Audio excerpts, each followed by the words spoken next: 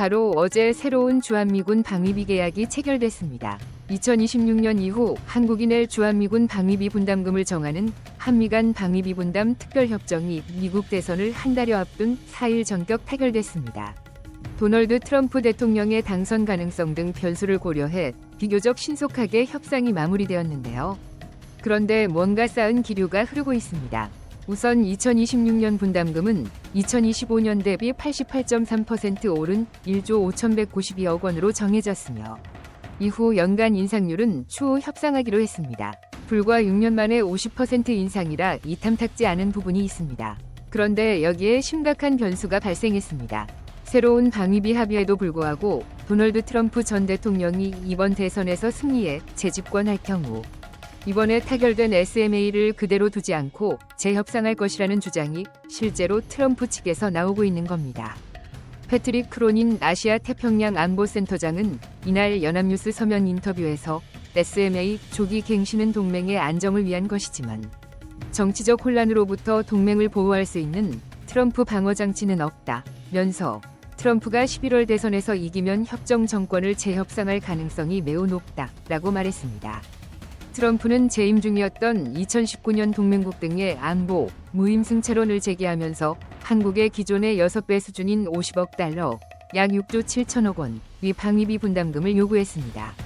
트럼프 전 대통령이 아무런 근거 없이 요구한 50억 달러는 한미가 이번에 합의한 2026년 분담금 규모보다도 훨씬 큰 정신 나간 액수입니다. 트럼프는 대통령 시절 백악관 회의 중에 50억 달러 합의를 얻어내지 못하면 한국에서 나오라고 말하는 등 방위비 인상 문제를 주한미군 주둔과 사실상 연계하기도 했습니다.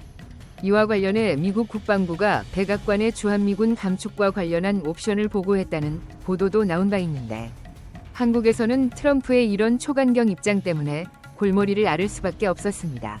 그런데 바로 어제 새 계약을 체결했는데 또다시 터무니없는 방위비 재협상을 요구할 것이라는 실제 관측이 나오니 이제 한국 내부에서도 선을 넘는 게 아닌가라는 기류가 흐르고 있습니다. 한국 국방부 연구소 일각의 전문가들 사이에서는 트럼프가 만약 대통령으로 재집권하고 또다시 6조 이상의 돈을 요구하면 주한미군을 철수해도 좋다는 인식마저 있다고 합니다. 한국 국민들도 트럼프의 각질에 지쳐가고 있고 주한미군이 한국에만 일방적으로 이득이 된다는 무임승차론 인식의 피로감을 느끼고 있습니다. 사실 주한미군은 미국의 국익에서도 매우 중요합니다. 미국을 이끄는 수뇌부 입장에서는 주한미군은 동아시아 대륙에 발을 디디고 있는 유일무이한 군사력입니다. 주일미군마저 없으면 방어선이 곧바로 하와이까지 후퇴하기 때문에 중요한 방파제로 인식하며 단순히 군사적인 측면뿐 아니라 자국의 군대를 주둔시키고 얻는 해당 국가에 대한 막강한 영향력 행사라는 이권은 그 무엇으로도 얻을 수 있는 게 아니기 때문입니다. 무엇보다 주한미군이 철수할 경우 사실상 주일미군이 마지막 방어선입니다. 일본에서 동쪽으로 가면 주둔할 곳이 없습니다. 일본까지 상실할 경우 미국은 하와이와 괌을 비롯한 미국령 영토가 최전방이 됩니다. 거기에다가 동아시아의 모든 전략적 요충지를 상실할 뿐만 아니라 미국인이 희생당하는 리스크까지 떠안아야 할 수도 있습니다. 어찌됐건 이제는 정말 미국이 주한미군을 철수한다면 그것은 한국 핵탄두 보유 허가 승인이 되어야 한다는 얘기가 나오고 있는데요. 이미 한국은 최악의 시나리오를 상정하여 준비를 하고 있는데요. 공교롭게도 미국 정보당국이 하나의 사진을 공개하기도 했는데 그것은 한국 미지의 땅에서 어떤 무기인지 가늠조차 되지 않는 무기체의 형상이 발견된 겁니다. 이에 미국 전문가들 사이에서는 현무호는 엄청난 트릭이 있고 한국이 국군의 날에도 공개하지 않은 최종 병기가 그 모습을 드러낼 것이라는 관측을 내놓고 있습니다. 생각해보면 이상하다. 국방부 창고를 꽁꽁 숨기기로 유명한 대한민국이 갑자기 현무5를 공개했다. 현무4에 대한 재원도 아직 정확히 공개하지 않았는데 현무5를 공개한 것은 매우 이례적이다. 주한미군 협상을 염두에 두고 일종의 무력 시위를 한 것일 수도 있다. 한국은 주한미군 협상을 서둘러 마무리했는데 만약 트럼프가 당선되어서 재계약을 요구하면 정말 그때부터는 한국이 레드라인을 넘기 시작할 수도 있다. 미 정보당국이 공개한 한국의 위성 사진에서는 미사일의 비정상적인 크기로 추정되는 물체가 식별되었다. 총 중량 36톤을 능가하는 크기였습니다. 미 전문가 마크 맥켄지는 핵탄두용 ICBM이 아니면 도저히 설명이 되지 않는다 라고 말했습니다. 우리나라는 우리가 지켜야 합니다. 트럼프는 한국이 나토보다 더 많은 방위비를 분담하고 있다는 점은 눈에 들어오지도 않는지 주한미군 철수를 조건으로 김정은과 협상까지 하겠다고 말합니다. 동맹은 거래가 아닙니다. 트럼프의 귀환은 한미를 포함해 미국의 전반적인 동맹에 심각한 결과를 초래할 것이고 한국은 아무도 믿어서는 안 됩니다. 핵무장을 포함해 강력한 힘을 바탕으로 반드시 스스로 지켜야 합니다. 핵우산이라는 것도 과연 말이 되는 걸까요? 핵우산의 조항을 자세히 보면 절대적으로 지켜야 할 의무가 아니라 국가 간의 조약으로 보장된 권리가 아닙니다. 한미 상호방위 조약에는 핵우산에 관한 내용이 단 한 줄도 없는데요. 미국의 입장에서 국익에 부합하지 않으면 언제든지 후퇴할 수 있는 원칙일 뿐이라는 겁니다. 물론 한국이 핵을 맞았는데 미국이 핵우산을 발동하지 않으면 미국의 세계적인 이미지는 완전히 나락으로 갈 것이고 엄청난 후폭풍이 있을 것입니다. 하지만 역사를 보아도 미국의 입장에서는 그것이 핵전쟁에 참가하는 것보다 미국의 이권에 이익이 된다고 생각하면 언제든 파기할 것입니다. 과연 미국은 파리를 위해서 뉴욕을 희생해 줄 것인가? 과거 프랑스의 샤를 드골 대통령이 핵무장을 강행하며 괜히 이런 말을 한 것이 아닐 것입니다. 또 한 가지 핵우산에는 심각한 모순이 있습니다.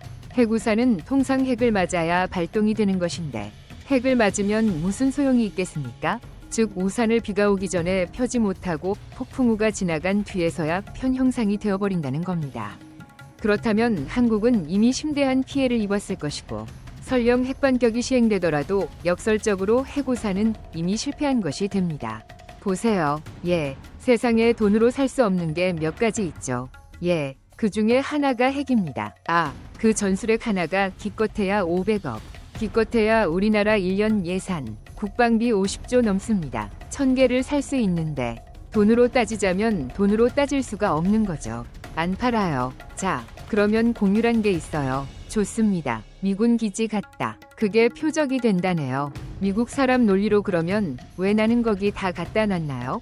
독일에 갖다 놓고 이해가 안 됩니다. 자, 그러면 항공모함이 거기 어디 공해상에 있어야 되겠죠. 좋습니다. 핵단추를 누가 누르죠? 미국이 누르죠. 바로 그겁니다. 아까 전작권 우리 갖고 있지 못했습니다. 윤 대통령이 누를 수 있어요? 미국이 누르죠. 그리고 합참의장 3사람이 누릅니다. 동시에. 그거 우리 거예요? 아니죠.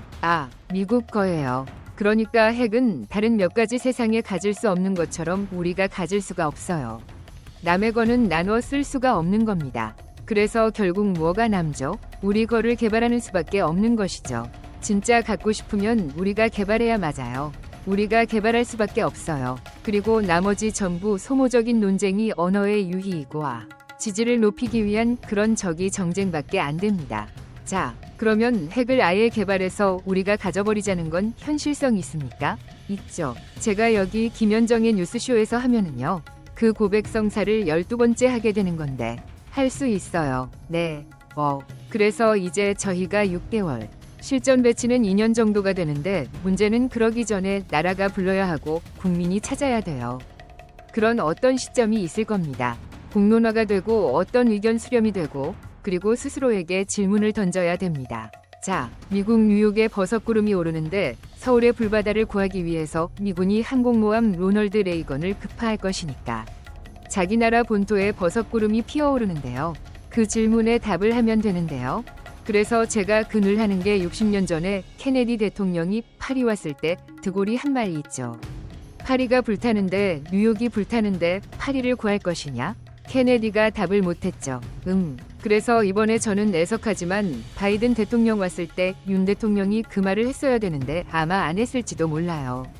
그러니 주한미군은 한국뿐 아니라 미국의 안보 이익에도 부합하는 병력이다. 한쪽의 시혜가 아닌 만큼 방위비 분담금은 한미 양국의 상호 존중과 신뢰를 바탕으로 합리적이고 공정하게 도출돼야 합니다. 또 한 번 타결된 이상 정치 상황과 무관하게 준수돼야 하는 건 기본입니다.